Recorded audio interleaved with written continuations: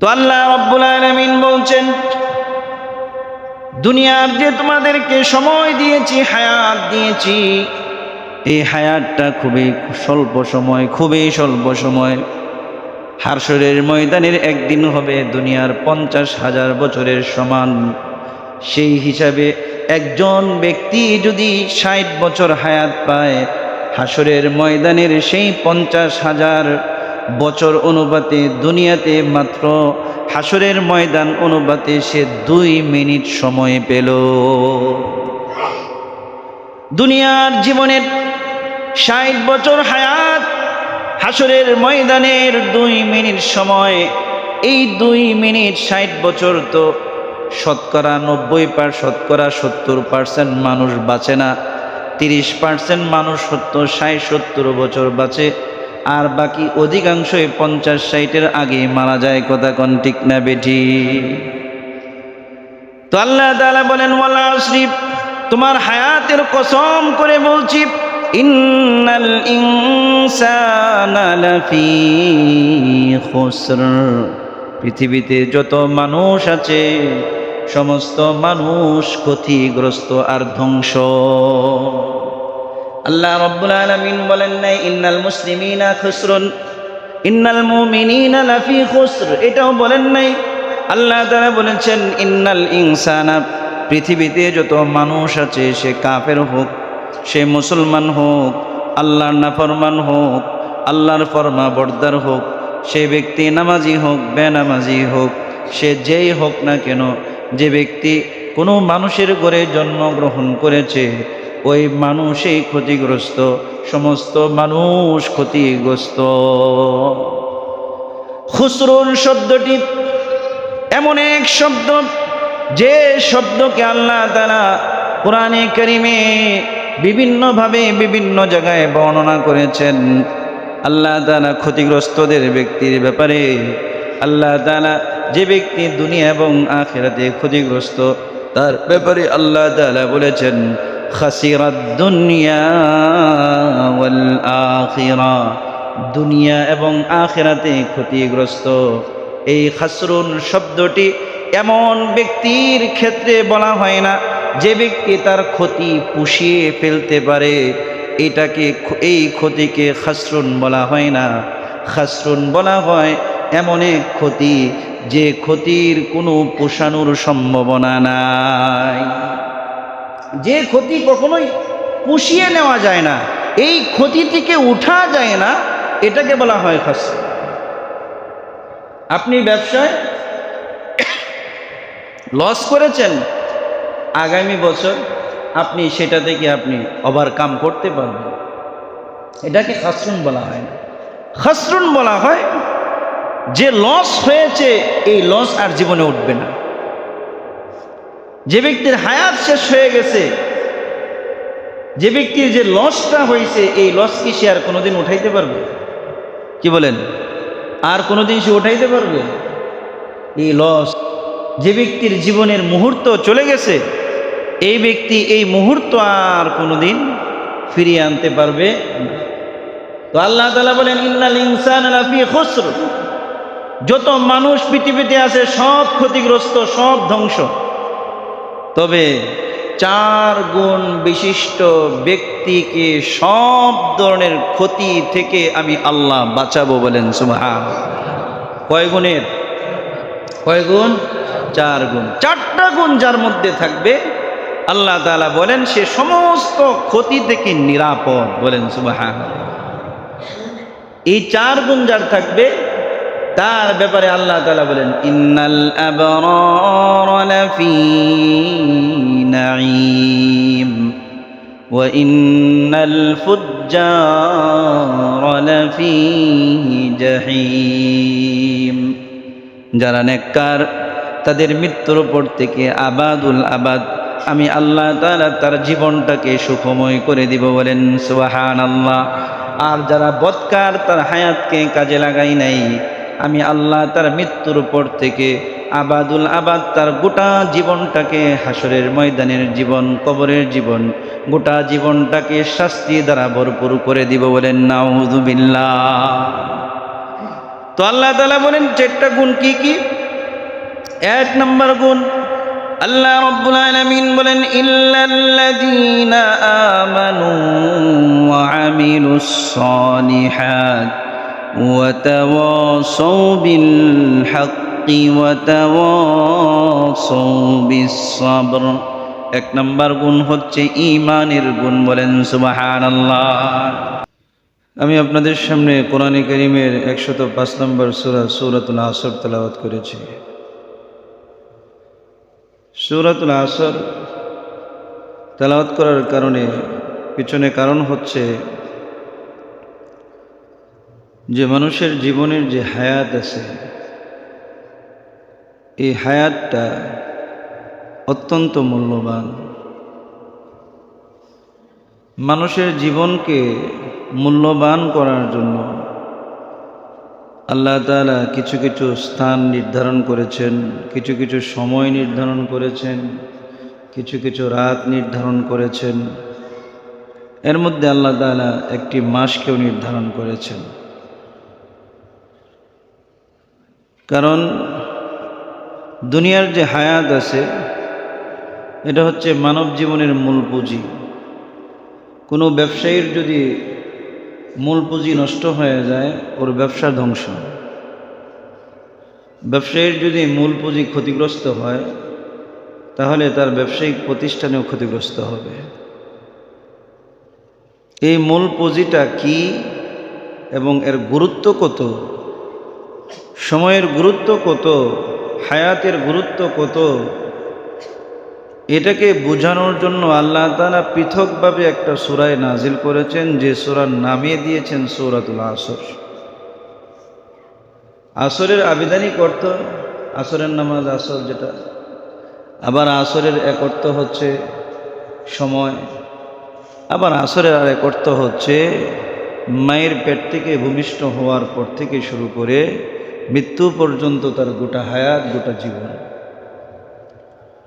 আবার কেউ কেউ বলেছেন আসর দ্বারা উদ্দেশ্য হচ্ছে আদম আলাইহিস সালাম যেদিন জান্নাত থেকে বের হয়েছেন, সৃষ্টির পর থেকে একদম হাসরের ময়দান পর্যন্ত যে কালটা আছে, যে সময়টা আছে, পুরাটাকে আসর বলা হয়। আল্লাহ রাব্বুল আলামিন এটাকে গুরুত্ব বোঝানোর জন্য আল্লাহ তাআলা কসম খাইছেন। ওয়াওয়ে কসম, ওয়াও মানে কসম। অথচ আল্লাহ তাআলা তো এমন এক সত্তা, যে সত্তার মুখ থেকে যা বের হয় সেটা অত্যন্ত শক্তিশালী এবং এর মধ্যে কোনো মিথ্যার সম্ভাবনা নাই। কি বলেন? আমরা যে কসম খাই কথাকে শক্তিশালী করার জন্য। কি বলেন? আমরা কসম খাই কেন? কথাকে শক্তিশালী করার জন্য। যে আমি যে কসম, আমার কথা বিশ্বাস করতেছো না, আমি আল্লাহর কসম খাইয়া বলতেছি, এটাকে শক্তিশালী করার জন্য। কিন্তু আল্লাহ তাআলা কসম কেন খান?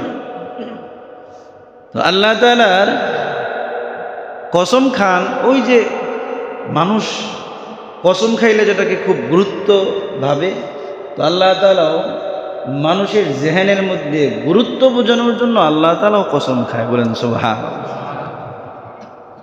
কিন্তু কসম খাওয়ার আগে আল্লাহ তাআলার কথা যেমন শক্তিশালী, যেমন সত্য, কসম খাওয়ার পরেও এরকম শক্তিশালী সত্য। কসম খাওয়ার আগে সেটা দুর্বল ছিল, কসম খাওয়ার পরে আমাদের কথার মতো সেটা শক্তিশালী হয়ে গেল, এরকম নয়। শুধু মানুষের জেহেনকে এই দিকে নিবিষ্ট করার জন্য, এই দিকে ঘোরানোর জন্য আল্লাহ তাআলা কসম খান। বলেন সুবহানাল্লাহ। মানব জীবনের পুরো সময়টাকে, হায়াতটাকে বলা হয় আসর। আর আল্লাহ তাআলা কোরআনে কারীমের বিভিন্ন জায়গায় সময়ের গুরুত্ব বোঝাইতে গিয়ে বিভিন্ন সময়ের কসম খাইছেন। যেমন আল্লাহ তাআলা সূরাতুল ফজরে কসম খাইছেন, ওয়াল ফাজরি ওয়ালায়ালিন আশরি ওয়াশ-শাফঈ ওয়াল ওয়াতর।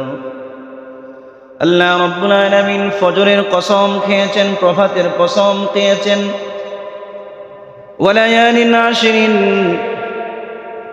10 রাতের তিনি কসম খেয়েছেন, জোর বেজুরের তিনি কসম খেয়েছেন। আল্লাহ তাআলা সূরাতুল লাইলের মধ্যে ওয়াল-লাইলি ইযা ইয়াগশা ওয়ান-নাহারি ইযা তাজাল্লা। আল্লাহ তাআলা রাতের কসম খেয়েছেন, দিনের কসম খেয়েছেন। সূরাতুশ শামসের মধ্যে ওয়াদ-দুহা ওয়াশ-শামসি ওয়া-দুহাহা, সূর্যের তিনি কসম খেয়েছেন। সূরাতুদ দুহায় তিনি চাষতের সময়ের দ্বিপ্রহরের সময়ের কসম খেয়েছেন। আল্লাহ তাআলা সূরাতুল আসরে তার গোটা জীবন, মানব জীবন, পুরা হায়াতের তিনি কসম খেয়েছেন। বলেন সুবহানাল্লাহ। কসম খেয়েছেন, কসম খেয়ে মানুষের জীবনের হায়াতের গুরুত্ব বুঝিয়েছেন। হায়াতের গুরুত্ব কতটুকু এটা আরেকটু সুন্দরভাবে বুঝে আসবে।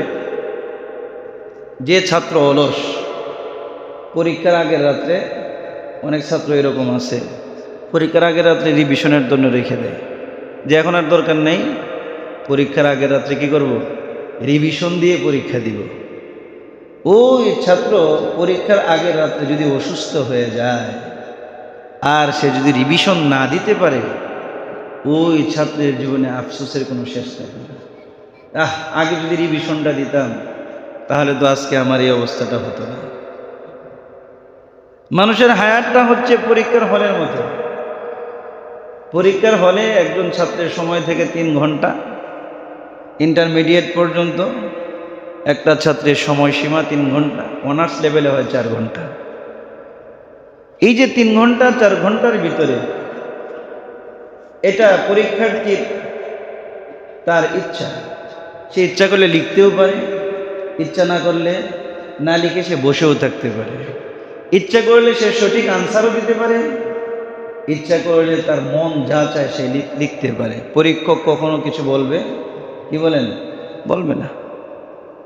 কিন্তু তার সঠিক টাইমে 9টায় খাতা দেওয়া হয়েছে, জাস্ট 12টায় খাতা টান দেওয়া হবে, টাইম টু টাইম। আল্লাহ তাআলা নির্দিষ্ট হায়াত দিয়ে পাঠিয়েছেন। যখন শেষ হয়ে যাবে তখন আল্লাহ তাআলা ডাক দিবেন, মৃত্যু তার কাছে চলে আসবে। মানুষের সামনে যখন মৃত্যু চলে আসে তখন হায়াতের মূল্য কি পরিমাণ হয়, আল্লাহ তাআলা কোরআনে কারিমে 2 জায়গায় এর একটি দৃষ্টান্ত তিনি তুলে ধরেছেন। সূরাতুল মুনাফিকুর মধ্যে আল্লাহ তাআলা বলেন,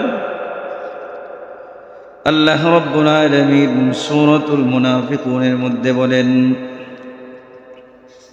হাত্তা وأنفقوا مما رزقناكم من قبل أن يأتي أحدكم الموت। আল্লাহ রাব্বুল আলামিন বলেন, আল্লাহ রাব্বুল আলামিন তোমাদেরকে যে রিজিক দিয়েছেন, অর্থ দিয়েছেন, সম্পদ দিয়েছেন, হায়াত দিয়েছেন, সব কিছুই হচ্ছে রিজিক। তোমার হায়াত এটা তোমার জন্য রিজিক, তোমার সুস্থতা এটা রিজিক, তোমার মাল রিজিক, তোমার সন্তান রিজিক, বিবি রিজিক, ব্যবসা বাণিজ্য রিজিক, তোমার ক্ষমতা রিজিক, যা কিছু আছে সব কিছু হচ্ছে রিজিক। আল্লাহ রাব্বুল আলামিন বলেন, আমার প্রদত্ত রিজিক থেকে তুমি আমার রাস্তায় খরচ করো। ওই সময় আসার পূর্বে যখন তোমার কাছে মৃত্যু এসে উপস্থিত হয়ে যাবে, ব্যক্তির কাছে যখন মৃত্যু উপস্থিত হয়ে যাবে, পাপিষ্ঠ ব্যক্তিরা তখন আল্লাহর কাছে বলবে, রব্বি লাউলা আখারতানি ইলা আজালিন করিব। আল্লাহর কাছে বলবে, আল্লাহ আপনি আমাকে একটু সময় দেন, একটু 1 ঘন্টা, আধা ঘন্টা, 10 মিনিট সময় দেন। আমার জীবনের যত সম্পদ আছে, যত রিজিক আছে, সমস্ত রিজিক আমি তোমার রাস্তায় দান করে দিব। এই ব্যক্তি এই ধরনের আল্লাহর কাছে আবেদন করতে থাকে, আর সে বলতে থাকে, আল্লাহ আপনি যদি আমাকে অল্প হায়াত দেন, আর একটু সময় যদি আমার হায়াতে বাড়িয়ে দেন, ফাসাদদাকা, আমি সব কিছু সদকা করে দিব। আমার জীবনের যত ভুল ত্রুটি করেছি সব কিছু আপনার কাছে মাপ চেয়ে গোটা জীবনটাকে আবার সুন্দর করে সাজাবো, সাজিয়ে আমি আল্লাহ রাব্বুল আলামিন আপনার প্রিয় বান্দাদের অন্তর্ভুক্ত হয়ে যাব। তো আল্লাহ তাআলা বলেন, ওয়ালাই ইউআখিরাল্লাহু নাফসান ইযা জাআ আজালুহা। তোমার হায়াত যখন শেষ হয়ে যাবে, হায়াত শেষ হয়ে যাওয়ার এক মুহূর্ত দেরি করা হবে না, তোমার বিন্দু পরিমাণ সময় দেওয়া হবে না, চোখের যে তুমি পলক ফেলবা এতটুকু সময়ও তোমাকে দেওয়া হবে না। নির্দিষ্ট হায়াত শেষ, মৃত্যু তোমার সামনে এসে উপস্থিত হয়ে যাবে। মৃত্যু তোমার সামনে এসে উপস্থিত হয়ে যাবে। আমরা বলি আমাদের হায়াত বাড়তেছে, হায়াত কি বাড়তেছে না কমতেছে? উল্টা কথা বলি, কি বলি? পুরা উল্টা। বয়স হয়েছে তো বয়স বাড়তেছে। বয়স কি বাড়তেছে না কমতেছে? যে বাচ্চা আজকে জন্মগ্রহণ করেছে, ওই বাচ্চা হাঁটি হাঁটি পা করে কবরের দিকে তার যাত্রা শুরু হয়ে গেছে। কোন দিকের যাত্রা? কবরের দিকে। মৃত্যু আমাদের সামনে নয়, মৃত্যু আমাদের পিছনে, কবর আমাদের সামনে, কবর আমাদের সামনে। আল্লাহ রাব্বুল আলামিন অন্য আয়াতের মধ্যে আল্লাহ রাব্বুল আলামিন এই মৃত ব্যক্তির অবস্থা কি হবে যখন তার হায়াতটা শেষ হয়ে যাবে, আল্লাহর কাছে সে কি ধরনের আবেদন করবে, আল্লাহ রাব্বুল আলামিন এর একটা বাস্তব চিত্র তুলে ধরেছেন। আল্লাহ রাব্বুল আলামিন সূরাতুল মুমিনুনের মধ্যে বলেন, হাত্তা ইযা জাআ আহাদাহুমুল মাউত ক্বালা রাব্বিরজিউন। আল্লাহ রাব্বুল আলামিন বলেন, ব্যক্তির কাছে যখন মৃত্যু এসে উপস্থিত হয়ে যায়, আল্লাহর কাছে বলে, আল্লাহ ইরজিউন, আপনি আমাকে একটু সময় দেন, আপনি আমাকে দুনিয়াতে একটুর জন্য পাঠিয়ে দেন। আল্লাহ পাক বলেন, কেন পাঠাবো? কি সমস্যা? কেন তুমি আমার কাছে সময়ের আবেদন করতেছো? ওই ব্যক্তি বলে, লাআল্লি আমালু সালিহাম ফীমা তারাকতু, আমি যে পিছনের যে হায়াতটা ফেলে এসেছি এটাকে আবার পুনরায় আমাকে দিয়ে দেন, যাতে করে আমি নেক আমল করতে পারি। আল্লাহ তাআলা বলেন, কাল্লা, কখনোই নয়, কখনোই নয়। যে হায়াত চলে গেছে সেটা আর কোনোদিন ফিরে আসবে না। তোমার মৃত্যু উপস্থিত হয়ে গেছে, দুনিয়াতে আর এক মুহূর্ত তুমি থাকতে পারবে না। দুনিয়াতে কোনো ব্যক্তি থাকতে পারে নাই, থাকতেও পারবে না। বাবা আদম আলাইহিস সালাম থেকে এই পর্যন্ত 100 লক্ষ নবী রাসূলকে আল্লাহ পাক দুনিয়াতে পাঠিয়েছেন, সবাই চলে গেছে। 100 লক্ষ সাহাবায়ে কেরাম ছিলেন যারা মানব জাতির মধ্যে নবীদের পরে যারা শ্রেষ্ঠ স্থানে ছিলেন, সর্বশ্রেষ্ঠ মানুষ ছিলেন, তারাও দুনিয়া থেকে চলে গিয়েছেন। বড় বড় গাউস কুতুব পীর, আল্লাহর প্রিয় বান্দারা চলে গেছেন। বড় বড় আল্লাহর নাফরমানরাও চলে গেছে, ক্ষমতাধর ব্যক্তিরাও চলে গেছে, দুর্বলরাও চলে গেছে। একদিন আপনাকে আমাকে সবাইকে এই দুনিয়া থেকে চলে যেতে হবে, এর মধ্যে বিন্দু পরিমাণ কোনো সন্দেহ নাই। কথা কোন ঠিক না বেটি? কোনো সন্দেহ নেই। তো হায়াতকে যে ব্যক্তি কাজে লাগাইতে পারছে সেই হচ্ছে সৌভাগ্যবান। জীবন আর নদীর স্রোত, সময় আর নদীর স্রোত, সেটা কখনো কাহার জন্য থেমে থাকে না। কথা বলেন, কাহার জন্য কি থেমে থাকে? আপনি যদি শুয়ে থাকেন তাহলেও সেটা চলে যাবে, আপনি যদি হাঁটেন তাহলেও চলে যাবে, যদি বসে থাকেন তাহলেও চলে যাবে, আড্ডায় যদি থাকেন তাহলেও চলে যাবে, নামাজে যদি থাকেন তাহলেও চলে যাবে। মানব জীবনটার উদাহরণ হচ্ছে এরকম, গাড়িতে আপনি বসে আছেন, মনে হচ্ছে আপনি বসে আছেন, কিন্তু গাড়ি ঠিকই চলছে। কথা কোন? গাড়ি ঠিকই আপন গতিতে চলছে। আপনার হায়াত প্রতি মুহূর্তে শেষ হয়ে যাচ্ছে। কাল বলে অতীত, বর্তমান, ভবিষ্যৎ। আমি বলি কাল হচ্ছে দুইটা, বর্তমান কোনো কাল নেই। বর্তমান কোনো কাল আছে? বর্তমান কোনো কাল নাই। এই যে আমি কথা বললাম, বর্তমান কোনো কাল নাই, শেষ। বর্তমান কোনো কাল নাই। এই যে বর্তমান কোনো কাল নাই যে কথাটা বলছি, এটা অতীত হয়ে গেছে কিনা? সময়টা চলে গেছে কিনা? কি বলে? গেছে কি গেছে না? বর্তমান কোনো কাল নাই, অতীত আর ভবিষ্যৎ। অতীত আর ভবিষ্যৎ। বর্তমান তো কোনো স্থায়িত্ব নেই। বর্তমান যেটা, এটা রানিং, এটাকে আপনি ধরতে পারবেন না। সময় সম্পদের চেয়েও দামি। আপনি সময়কে ব্যয় করে সম্পদ কামাইতে পারবেন, কিন্তু সম্পদ ব্যয় করে সময় আপনি কিনতে পারবেন না। কি বলেন?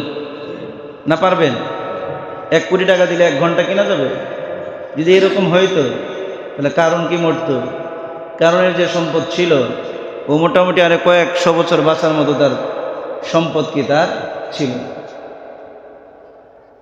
আপনি নিজের সময় ব্যয় করে সম্পদ অর্জন করতে পারবেন যদি সেটা সঠিকভাবে ব্যবহার করেন, প্রজ্ঞা এবং মেধার সাথে যদি আপনি পরিশ্রম করেন, আপনি লাইফে সম্পদ অর্জন করতে পারবেন। কিন্তু এই সম্পদ দিয়ে আপনি সময় কিনতে পারবেন না, এটা অসম্ভব ব্যাপার। দুনিয়ার হায়াতটা হচ্ছে, কবি বলেন দুনিয়ার হায়াত হচ্ছে কয়েকটা নিঃশ্বাসের সমষ্টি। কয়েকটা নিঃশ্বাসের কি সমষ্টি? এক একটা নিঃশ্বাস চলে যাচ্ছে, আমার জীবন থেকে কিছুটা অংশ কমে যাচ্ছে। হায়াতটা হচ্ছে বরফের মতো। বরফ যতক্ষণ ফ্রিজে থাকে ততক্ষণ সে গলে না। হায়াতও ততক্ষণ পর্যন্ত শুরু হয় না যতক্ষণ পর্যন্ত আমরা মায়ের পেটে থাকি। বরফ যখন ফ্রিজ থেকে বের হয় সেটা গলা শুরু হয়ে যায়। বান্দা যখন, মানুষ যখন মায়ের পেট থেকে বের হয় তার হায়াত কমতে থাকে।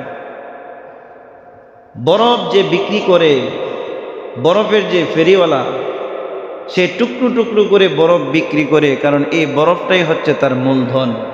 সে চায় গলার আগেই যেন আমি আমার সমস্ত মালগুলো সেল করতে পারি। যদি আমি শেষ হওয়ার আগে, গলার আগেই যদি সমস্ত বরফ বিক্রি করতে পারি তাহলে আমার ব্যবসা লাভবান। বরফ যেমন গলতে থাকে, মানব জীবনের হায়াত এইভাবেই কমতেছে। গত রাতে আমি ভালুকাতে মাহফিলে গিয়েছিলাম। আমার খুব কাছের এক মুসল্লি, বয়স কত হবে, 30-32, এর বেশি হবে না, তুমি করেই বলতাম। হঠাৎ করে যুবক, এক সন্তানের পিতা, বাড়ি গাড়ির অভাব নাই, কোটিপতির 2 সন্তান, ছোট সন্তান সে হচ্ছে বড়। হঠাৎ করে বুকে ব্যথা, সবাই ভাবছে গ্যাসের ব্যথা, গ্যাসের ট্যাবলেট খাইছে, কমে না। হাসপাতালে নিতে নিতে মারা গেছে। হাসপাতালে নিতে নিতে কি মারা গেছে। বয়স 32, 31 থেকে 32 সর্বোচ্চ, এর বেশি হবে না। ওই হিসেবে তো আমার বয়স প্রায় 39-40 চলতেছে, তার মানে আমি অফারে চলতেছি। কি বলেন? অফারে চলতেছি, ওই হিসাবে বোনাসে চলতেছি, কখন হায়াত শেষ হয়ে যাবে। আল্লাহ রাব্বুল আলামিন বলেন দুনিয়ার হায়াতটা কেমন। সূরাতুল হাদীদের মধ্যে আল্লাহ রাব্বুল আলামিন দুনিয়ার হায়াতের একটা বাস্তব নমুনা তিনি তুলে ধরেছেন।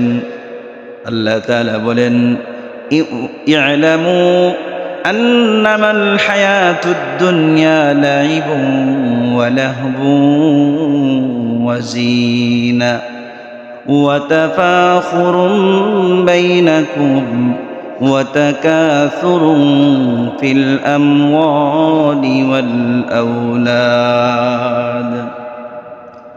আল্লাহ রাব্বুল আলামিন বলেন, বান্দারা মনে রেখো, ইন্নামাল হায়াতুদ দুনিয়া, তোমার যে দুনিয়ার হায়াত, দুনিয়ার জীবন, লাইবুন ওয়া লাহবুন, খেয়াল তামাশা ব্যতীত আর কোনো কিছু নয়, ওয়া জিনাতুন, সৌন্দর্য, ওয়া তাফাখুরুম বাইনাকুম, পারস্পরিক অহমিকা, ওয়া তাকাসুরুম ফিল আমওয়ালি ওয়াল আওলাদ, সম্পদ আর ধনে আর সন্তানে পরস্পরের গর্ব, এইগুলো ছাড়া দুনিয়ার জীবনটা আর কোনো কিছু নয়। আল্লাহ তাআলা বলে, এখানে উদাহরণ দিয়েছেন, দেখেন এইখানে আল্লাহ তাআলা 1, 2, 3, 4, 5টা স্তর বর্ণনা করেছেন মানব জীবনের। প্রথম স্তর লাইবুন, খেলাধুলা। ঝনঝনি চিনেন না? বাচ্চাদেরকে ঝনঝনি চিনেন? খেলনা দিয়ে ঝনঝনি। বাচ্চার বয়স যখন 1.5 বছর 2 বছর, এই বাচ্চার হাতে যখন ঝনঝনি দেন, বাচ্চা মনে করে আমার জীবনের সেরা জিনিস এটাই। ওর কাছ থেকে যদি ঝনঝনি কেড়ে নেন, এমন কান্না করবে যে মনে হয় তার জীবনটাই নষ্ট হয়ে গেছে। কথা কোন ঠিক না বেঠিক? এটাকে আল্লাহ তাআলা বলছেন লাইবুন, এটা হচ্ছে খেলা। খেলা, এই হায়াতটা হচ্ছে খেলার হায়াত। দ্বিতীয় স্তর হচ্ছে লাহবুন, ক্রীড়া কৌতুক। এই বয়সটা যখন হাঁটি হাঁটি পা করে আস্তে আস্তে এই বাচ্চা বন্ধু বান্ধবকে চিনে, বাহিরে বের হওয়ার সুযোগ পায়, তখন সে শুধু হাসি তামাশা, এটাকেই সে জীবনের মূল মাকসাদ, তার জীবনের ভাবে এইটাই মনে হয় আমার জীবন। কথা কোন ঠিক না বেঠিক? ব্যাট বল সে নিয়ে চলতেছে, ব্যাট বল যদি বাপ মা কেড়ে নেয়, সে এমন রিয়েক্ট করে, সে এমনভাবে মানে রাগ করে, এমনভাবে মন খারাপ করে, তার জীবনটাই শেষ হয়ে গেছে। তাহলে দ্বিতীয় স্তর গেছে ক্রীড়া কৌতুক। প্রথম স্তর হচ্ছে খেলাধুলা অর্থাৎ তার খেলনা, দ্বিতীয় নম্বর হচ্ছে কৌতুক হাসি তামাশা, তৃতীয় নম্বর জিনা। এই বাচ্চা যখন বালেগ হয়ে যায়, যখন সে প্রাপ্তবয়স্ক হয়ে যায়, তখন তার একটাই জীবনের মাকসাদ স্টাইল। আমি কোন কাপড়ের সাথে কোনটা আমাকে ম্যাচিং করবে, চুলের স্টাইল কি হবে, দাড়ির কাটিং কি হবে, আমার চলার স্টাইল কি হবে, আমার ফোনটা কেমন থাকবে, হ্যাঁ, তারপরে আমার সব কিছু তার হচ্ছে শুধু সে সৌন্দর্য খুঁজে। কি খুঁজে সে? শুধু সৌন্দর্য। মাথার চুল এইভাবে করে, একদিক দিয়ে আপনার লাল করে, আরেক দিক দিয়ে নীল করে, এক মাঝখান দিয়ে সিটি উঠায়, অর্থাৎ সে নিজেকে খালি সৌন্দর্য তার মধ্যে বৃদ্ধি পেতে থাকে, ছেলে মেয়ে উভয়ই। যখন এই বয়সটা শেষ হয়ে যায়, ওয়াতাফাখুরুম বাইনাকুম, তখন হচ্ছে তার জীবনের টার্গেট চলে আসে। বিসিএস ক্যাডার হয়েছে, ডাক্তার হয়েছে, তারপরে সে প্রফেসর হয়েছে, এখন হচ্ছে অহংকারের পালা। আমি ডাক্তার, এমবিবিএস ডাক্তার, আমি ব্যারিস্টার, আমি জজ, আমি অমুক জায়গায় অমুক, আমার এই কেরিয়ার সেই কেরিয়ার। কথা কোন ঠিক না বেঠিক? এই বয়সটা যখন শেষ হয়ে যায়,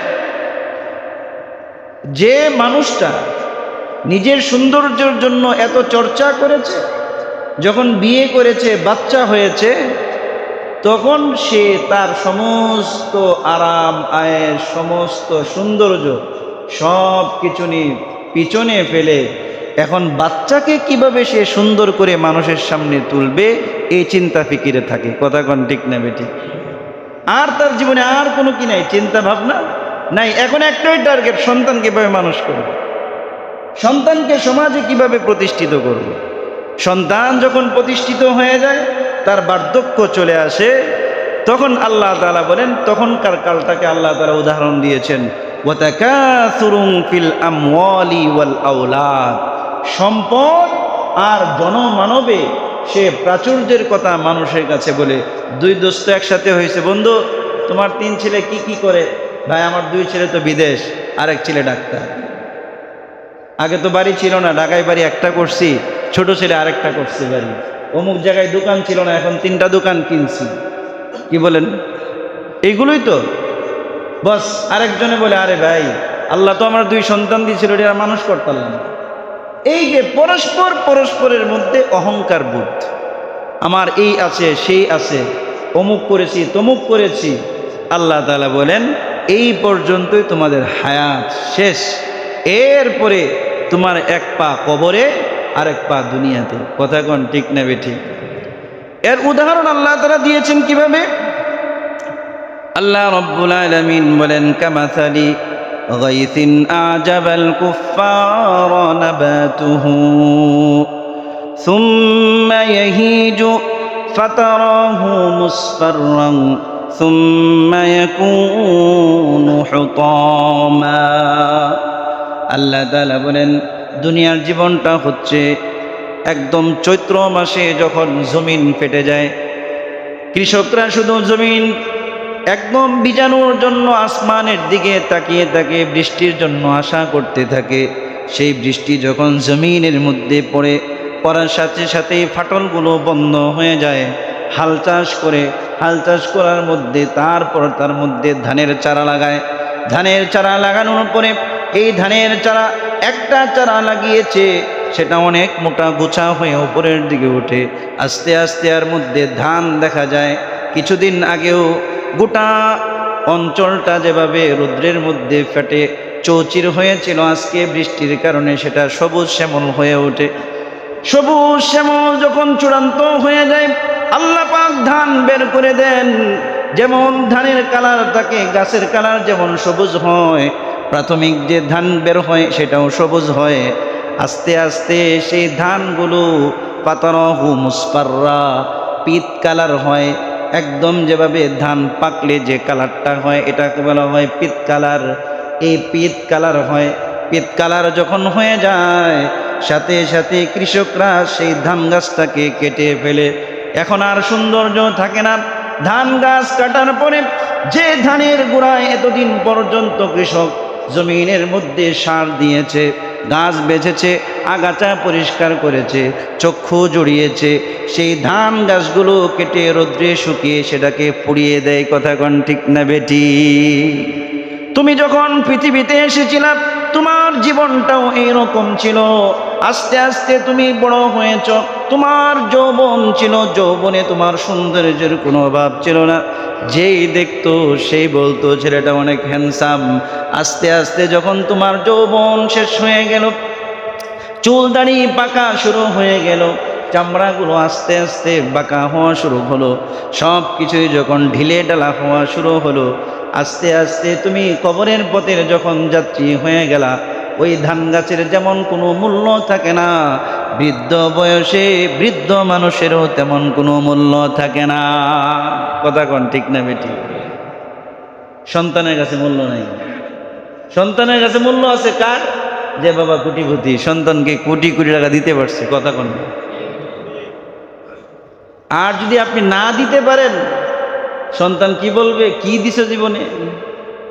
কিন্তু জীবন বড় যে তারা খাওয়াইলেন, পড়াইলেন, নিজে না খেয়ে যে তাকে খাওয়াইলেন, নিজে ঈদের মধ্যে আপনি নতুন কাপড় না পরে যে তাকে পড়াইলেন, সন্তান এত না শুকর, এত না শুকর, এত না শুকর, সেইটা পর্যন্ত অস্বীকার করে। কথা কোন ঠিক না বেটি? বৃদ্ধ বয়সে সবচেয়ে বেশি বুড়া মানুষগুলোকে সবচেয়ে বেশি অবহেলা করা হয়। প্রায় বৃদ্ধ মানুষই অবহেলিত।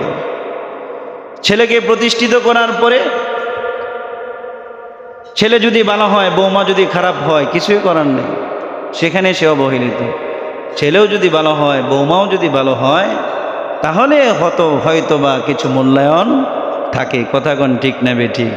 ওই ধান গাছ কাটার পরে কৃষক যেমন এটাকে শুকিয়ে পুড়িয়ে ফেলে, তেমনিভাবে মানুষের হায়াত যখন শেষের দিকে হয়ে যায়, বার্ধক্য যখন চলে আসে, তার অতীত জীবন যে এত সবুজ শ্যামল ছিল, এত প্রাচুর্য ছিল, এত তার অনেক কিছু ছিল, এই সব কিছু মানুষ ভুলে যায়। কথা কোন ঠিক না বেঠিক? তো আল্লাহ রাব্বুল আলামিন বলছেন, দুনিয়ার যে তোমাদেরকে সময় দিয়েছি, হায়াত দিয়েছি, এই হায়াতটা খুবই স্বল্প সময়, খুবই স্বল্প সময়। হাশরের ময়দানের একদিন হবে দুনিয়ার 50,000 বছরের সমান। সেই হিসাবে একজন ব্যক্তি যদি 60 বছর হায়াত পায়, হাশরের ময়দানের সেই 50,000 বছর অনুপাতে দুনিয়াতে মাত্র হাশরের ময়দান অনুপাতে সে 2 মিনিট সময় পেল। দুনিয়ার জীবনের 60 বছর হায়াত, হাশরের ময়দানের 2 মিনিট সময়। এই 2 মিনিট 60 বছর, তো শতকরা 70% মানুষ বাঁচে না। 30% মানুষ 60-70 বছর বাঁচে, আর বাকি অধিকাংশই 50-60-এর আগেই মারা যায়। কথা কোন ঠিক না বেঠি?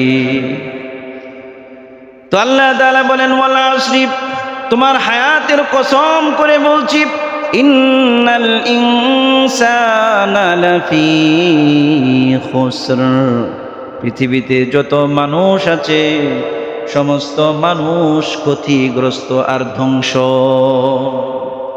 আল্লাহ রাব্বুল আলামিন বলেন নাই ইন্নাল মুসলিমিনা খুসরুন, ইন্নাল মুমিনিনা লাফি খুসর, এটাও বলেন নাই। আল্লাহ তাআলা বলেছেন ইন্নাল ইনসানা, পৃথিবীতে যত মানুষ আছে, সে কাফের হোক, সে মুসলমান হোক, আল্লাহর নাফরমান হোক, আল্লাহর ফরমাবরদার হোক, সে ব্যক্তি নামাজি হোক, বেনামাজি হোক, সে যেই হোক না কেন, যে ব্যক্তি কোনো মানুষের ঘরে জন্মগ্রহণ করেছে, ওই মানুষই ক্ষতিগ্রস্ত, সমস্ত মানুষ ক্ষতিগ্রস্ত। খুসরুন শব্দটি এমন এক শব্দ, যে শব্দকে আল্লাহ তাআলা কোরআনে কারিমে বিভিন্নভাবে বিভিন্ন জায়গায় বর্ণনা করেছেন। আল্লাহ তাআলা ক্ষতিগ্রস্তদের ব্যক্তির ব্যাপারে, আল্লাহ তাআলা যে ব্যক্তি দুনিয়া এবং আখিরাতে ক্ষতিগ্রস্ত, তার ব্যাপারে আল্লাহ তাআলা বলেছেন খাসিরাদ দুনিয়া ওয়াল আখিরা, দুনিয়া এবং আখিরাতে ক্ষতিগ্রস্ত। এই খাসরুন শব্দটি এমন ব্যক্তির ক্ষেত্রে বলা হয় না যে ব্যক্তি তার ক্ষতি পুষিয়ে ফেলতে পারে, এটাকে, এই ক্ষতিকে খাসরুন বলা হয় না। খাসরুন বলা হয় এমন এক ক্ষতি, যে ক্ষতির কোনো পোষানোর সম্ভাবনা নাই, যে ক্ষতি কখনোই পুষিয়ে নেওয়া যায় না, এই ক্ষতি থেকে উঠা যায় না, এটাকে বলা হয় খাসরুন। আপনি ব্যবসায় লস করেছেন, আগামী বছর আপনি সেটা থেকে আপনি ওভারকাম করতে পারবেন, এটাকে খাসরুন বলা হয় না। খাসরুন বলা হয় যে লস হয়েছে, এই লস আর জীবনে উঠবে না। যে ব্যক্তির হায়াত শেষ হয়ে গেছে, যে ব্যক্তির যে লসটা হয়েছে, এই লস কি সে আর কোনোদিন উঠাইতে পারবে? কি বলেন? আর কোনোদিন সে উঠাইতে পারবে? এই লস, যে ব্যক্তির জীবনের মুহূর্ত চলে গেছে, এই ব্যক্তি এই মুহূর্ত আর কোনোদিন ফিরিয়ে আনতে পারবে না। তো আল্লাহ তাআলা বলেন ইন্নাল ইনসানা লাফি খুসর, যত মানুষ পৃথিবীতে আছে সব ক্ষতিগ্রস্ত, সব ধ্বংস। তবে 4 গুণ বিশিষ্ট ব্যক্তিকে সব ধরনের ক্ষতি থেকে আমি আল্লাহ বাঁচাবো, বলেন সুবহানাল্লাহ। কয় গুণের? কয় গুণ? 4 গুণ। 4টা গুণ যার মধ্যে থাকবে, আল্লাহ তাআলা বলেন সে সমস্ত ক্ষতি থেকে নিরাপদ, বলেন সুবহানাল্লাহ। এই 4 গুণ যার থাকবে, তার ব্যাপারে আল্লাহ তাআলা বলেন ইন্নাল আবরারা লাফি নাঈম ওয়া ইন্নাল ফুজ্জারা লাফি জাহিম। যারা নেককার, তাদের মৃত্যুর পর থেকে আবাদুল আবাদ আমি আল্লাহ তাআলা তার জীবনটাকে সুখময় করে দিব, বলেন সুবহানাল্লাহ। আর যারা বদকার, তার হায়াতকে কাজে লাগাই নাই, আমি আল্লাহ তার মৃত্যুর পর থেকে আবাদুল আবাদ তার গোটা জীবনটাকে, হাসরের ময়দানের জীবন, কবরের জীবন, গোটা জীবনটাকে শাস্তি দ্বারা ভরপুর করে দিব, বলেন নাউযুবিল্লাহ। তো আল্লাহ তাআলা বলেন 4টা গুণ কি কি? 1 নম্বর গুণ, আল্লাহ রাব্বুল আলামিন বলেন ইল্লাল্লাযীনা আমানু ওয়া আমিলুস সালিহাত ওয়া তাওয়াসাউ বিল হাক্কি ওয়া তাওয়াসাউ বিস সাবর।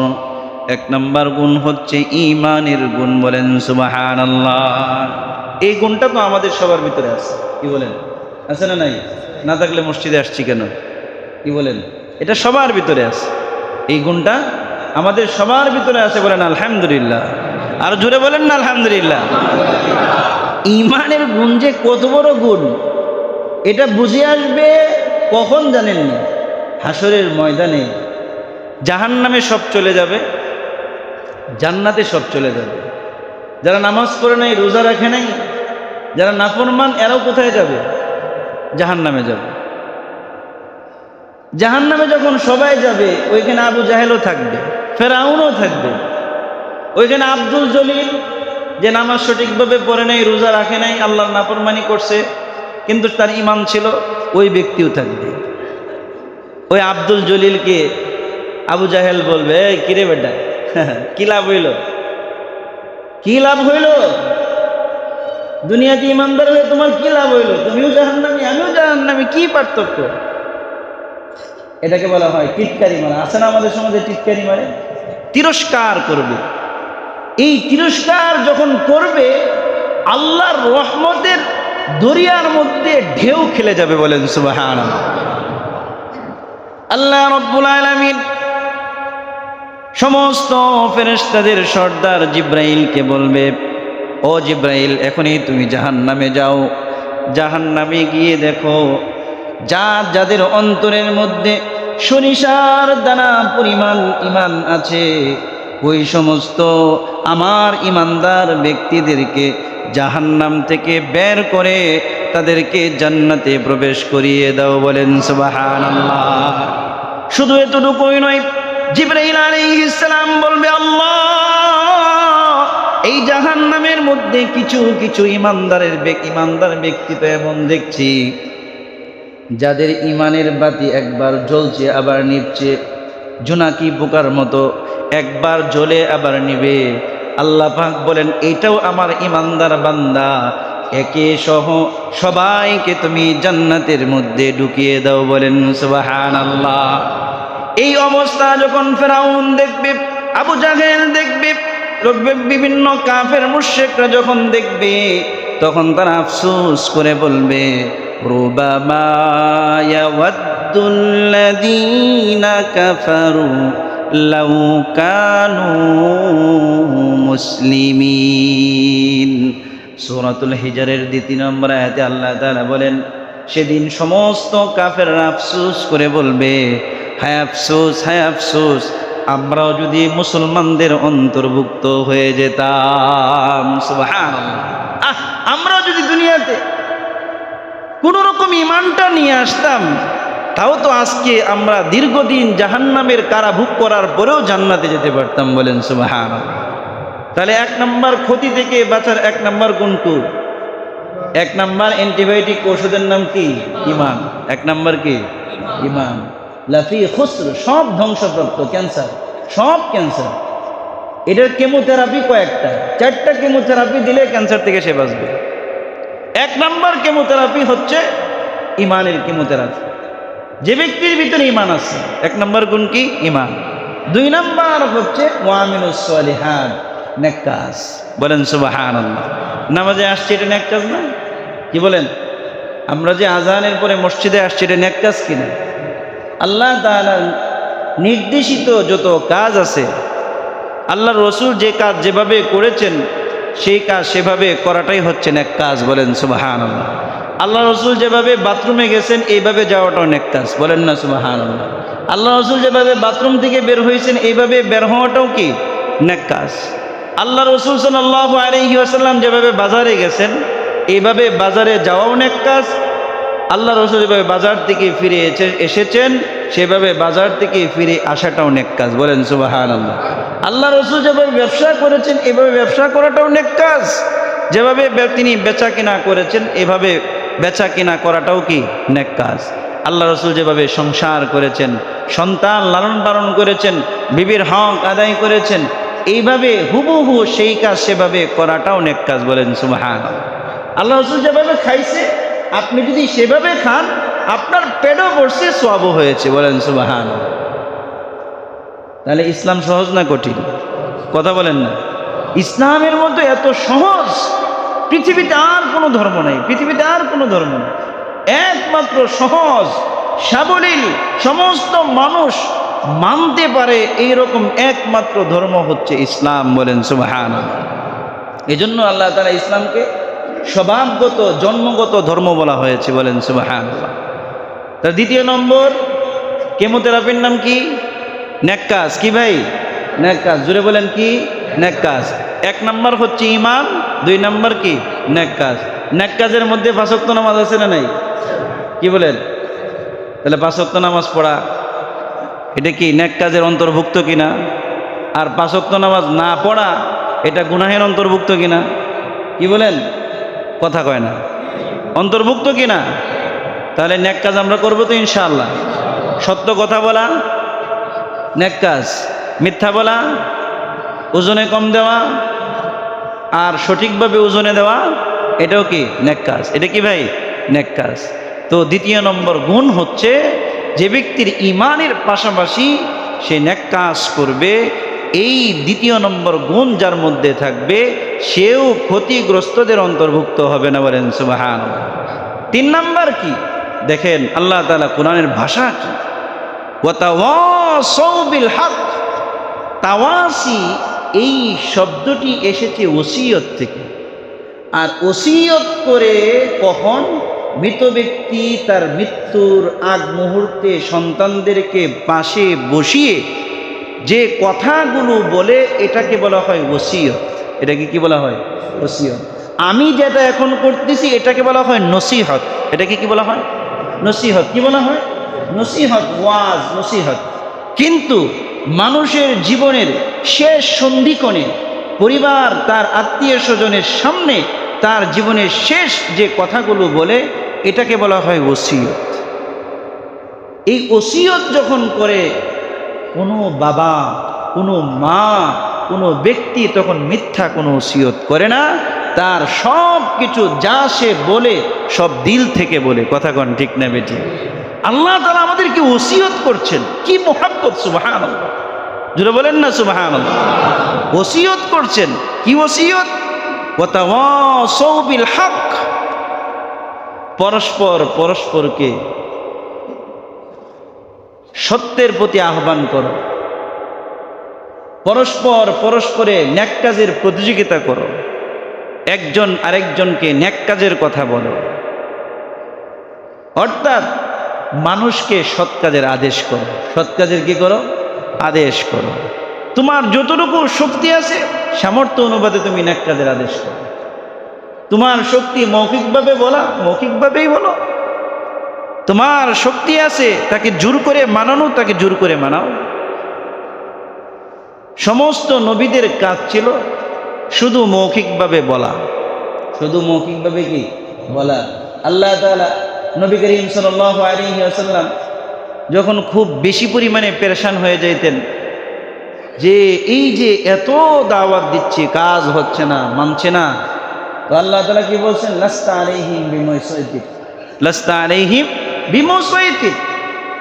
আরে আমি কি আপনাকে পুলিশ হিসাবে পাঠাইছি জোর করে মানাবেন? আপনার কাজ হচ্ছে কি? শুধু আপনি বলবেন, শুধু কি বলবেন? লাস্তা আলাইহিম বিমুসাইতির। আপনি অবশ্যই আমি আপনাকে দারোগা হিসাবে, পুলিশ হিসাবে আমি আপনাকে প্রেরণ করি নাই। কাউকে জোর করে মানানোর কোনো দরকার নেই, কোনো দরকার নেই। আপনার কাজ হচ্ছে শুধু বলা। আপনাদের কাজ কি ভাই?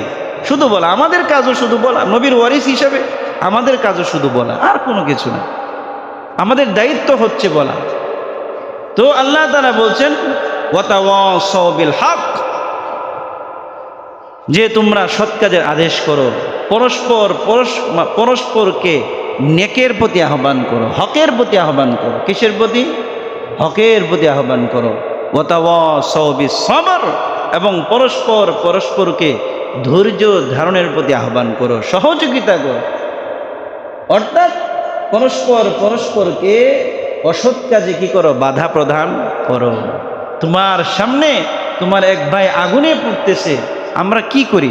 মানব সুলভ গুণ কি বলেন তো? মানব সুলভ, আমরা মানবিক যে গুণ, আমার হঠাৎ করে আমার চোখের সামনে একটা ঘরের মধ্যে আগুন লেগেছে, তো এই কোনো ব্যক্তি যদি এটা দেখে চলে যায়, তাহলে এই ব্যক্তির ভিতরে বিন্দু পরিমাণ মনুষ্যত্ব আছে? কথা বলেন, বিন্দু পরিমাণ আছে?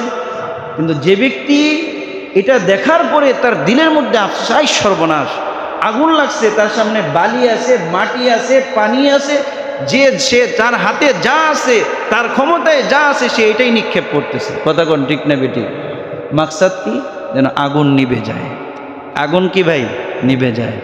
এক ব্যক্তি গুনাহের কাজে লিপ্ত, সে জাহান্নামের আগুনে জ্বলছে। আপনার দিলের ভিতরে দরদ আসা দরকার। আহা, আমরা একই মহল্লায় থাকি, সে আমার ভাই, সে আমার সন্তান, সে গুনাহ করতেছে, তো সে তো জাহান্নামের আগুনে জ্বলতেছে, তাকে বাধা দেওয়া, তাকে ধরে নিয়ে আসো, এই সর্বনাশ, তুমি কি করতেছো? তুমি যে কাজ করতেছো এটার পরিণতি তো জাহান্নাম, এটার পরিণতি তো হচ্ছে আল্লাহ পাকের অসন্তুষ্টি। আল্লাহ পাকের কি? অসন্তুষ্টি। এই আফসোস কি আমাদের ভিতরে আছে? কি বলেন? সন্তানের মশার কামড় আমরা সহ্য করি না, মা বাবা কি করে না? সহ্য করে না। কিন্তু সন্তান যে নামাজ পড়ে না, তার শরীরটাকে যে জাহান্নামের উপযুক্ত করতেছে, এটা কিন্তু বাপ মামার কোনো ধরনের টেনশন নেই। কথা কোন ঠিক না বেটি? সন্তানের শরীরের মধ্যে বিন্দু পরিমাণ কেউ ফুল দিয়ে টোকা দেখ, এটা কোনো মা বাবা সহ্য করে না। কিন্তু আমার মেয়ে বেপরদায় চলে যে জাহান্নামের উপযুক্ত হচ্ছে, আমাকেও সে গুনাহগার বানাচ্ছে, এটা মা বাবার কোনো ধরনের আফসোস নাই, চিন্তাও নাই, খেয়ালও নাই। কথা কোন ঠিক না বেটি? কোনো খেয়াল নাই। আমি আমার বিবিকে যে মানুষের সামনে পরিদর্শন করতেছি, লাইভ শোপিসের মতো সাজায়া গুজায়া নিয়ে যাচ্ছি, বিভিন্ন অনুষ্ঠানে নিয়ে খাওয়াইতেছি, অনেক কিছু করাচ্ছি, আমার বিবিকে সবাই দেখতেছে। আমার বিবি এবং আমি দুজনেই যে জাহান্নামে যাওয়ার উপযুক্ত হয়ে যাচ্ছি, আমার ভিতরে বিন্দু পরিমাণ কোনো আফসোস নাই, বরঞ্চ আনন্দ আর আনন্দ। কথা কোন ঠিক না বেটি? কারণ আমি আমার বিবিকে শোপিস করে শাড়ি পরিয়ে, মেকআপ বাড়িয়ে খুব সুন্দরভাবে আমি আমার বন্ধু বান্ধব, আমার এলাকার মানুষের সামনে উপস্থাপন করতে পেরেছি। আমার বিবিকে দেখে 10 জনে বলছে, আহা তার বউটা কতই না সুন্দর। আমি নিজেকে গর্ববোধ করতেছি, আমার বউটা সুন্দর, কত মানুষ প্রশংসা করতেছে। কথা কোন ঠিক না বেটি? অথচ 10 জনকে গুনাহগার আমি বানাইলাম, নিজেও গুনাহগার হলাম, নিজে দায়ুস হয়ে গেলাম। হাদিস শরীফের মধ্যে এসেছে, দায়ুস কোনোদিন জান্নাতে যাবে না। মা মানা দায়ুস, what do you mean by দায়ুস? দায়ুস কাকে বলে? দায়ুস বলা হয় নামাজি, দায়ুস বলা হয় ওই ব্যক্তি যে নামাজ পড়ে, রোজা রাখে, হজ করে, যাকাত দেয়, দান সৎকা করে, নিজে পরিপূর্ণ দ্বীনের উপর চলে, কিন্তু পরিবারকে দ্বীনের উপর চালায় না, পরিবারকে দ্বীনের উপর চালানোর চেষ্টাও করে না। মেয়ে বেপরদায় চলে, সে কিছু বলেও না, বউ বেপরদায় চলে, সে কিছু বলেও না, তাকে সেখান থেকে বারণও করে না, পর্দার ভিতরে রাখার চেষ্টাও করে না। এমন ব্যক্তিকে বলা হয় দায়ুস। এই ব্যক্তি নামাজি হওয়া সত্ত্বেও, হাজি হওয়া সত্ত্বেও, দানকারী হওয়া সত্ত্বেও, তাহাজ্জুদ গুজার হওয়া সত্ত্বেও এই ব্যক্তি জাহান্নামের আগুনে নিক্ষেপিত হবে বলে নাউজুবিল্লাহ। তাকে বলা হয় দায়ুস। কি বলা হয় তাকে? দায়ুস। তাহলে গুণ কয়টা? 4টা। ক্যান্সার থেকে বাঁচার গুণ কয়টা ভাই? 4টা। জাহান্নামের আগুনের ক্যান্সার থেকে বাঁচতে পারবে 4 গুণ বিশিষ্ট মানুষ। 1 নাম্বার হচ্ছে যার ভিতরে ঈমান আছে। যার ভিতরে কি আছে ভাই? ঈমান আছে। 1 নাম্বার কি গুণ ভাই? ঈমান। 2 নাম্বার গুণ হচ্ছে নেক কাজ। 2 নাম্বার কেন কি ভাই? নেক কাজ। 3 নাম্বার গুণ হচ্ছে সৎ কাজের আদেশ করা। সে নিজেও সৎ কাজ করবে, আরেকজনকেও সতের পথে ডাকবে। নিজেও সৎ কাজ করবে, আরেকজনকে কি করবে? সৎ কাজে ডাকবে। নামাজে আসতেছে, এ ভাই আসো, নামাজে আসো। দোকানে এসে দেখতে মানুষ আড্ডা মারতেছে, ভাই টিভিটা বন্ধ করে ভাই 15 মিনিটের জন্য আসো না, নামাজটা পড়ো। আসবে না, না আসো। সে বলছে, সে এই যে ক্ষতিগ্রস্ত মানুষ থেকে সে বেঁচে গেছে। বলেন সুবহানাল্লাহ। আমল করবো তো ইনশাল্লাহ? কি বলেন? নামাজে আসতেছি, 10 জনকে দেখে আসতেছি, ভাই চলেন নামাজে যাই। বলতে পারবো না? মারবে কেউ? কেউ মারবে না। আমাদের এইরকম পরিবেশ নেই যে আমি একজনকে নামাজের কথা বলবো আর সে চটকানা মেরে দিবে। এরকম মানুষ আমাদের সমাজে নেই। কথা কোন ঠিক না বেটি? তো আমি তো বলতে পারি, আসতেছি নামাজে, আমি আরেকজনকে নামাজের দাওয়াত দিই।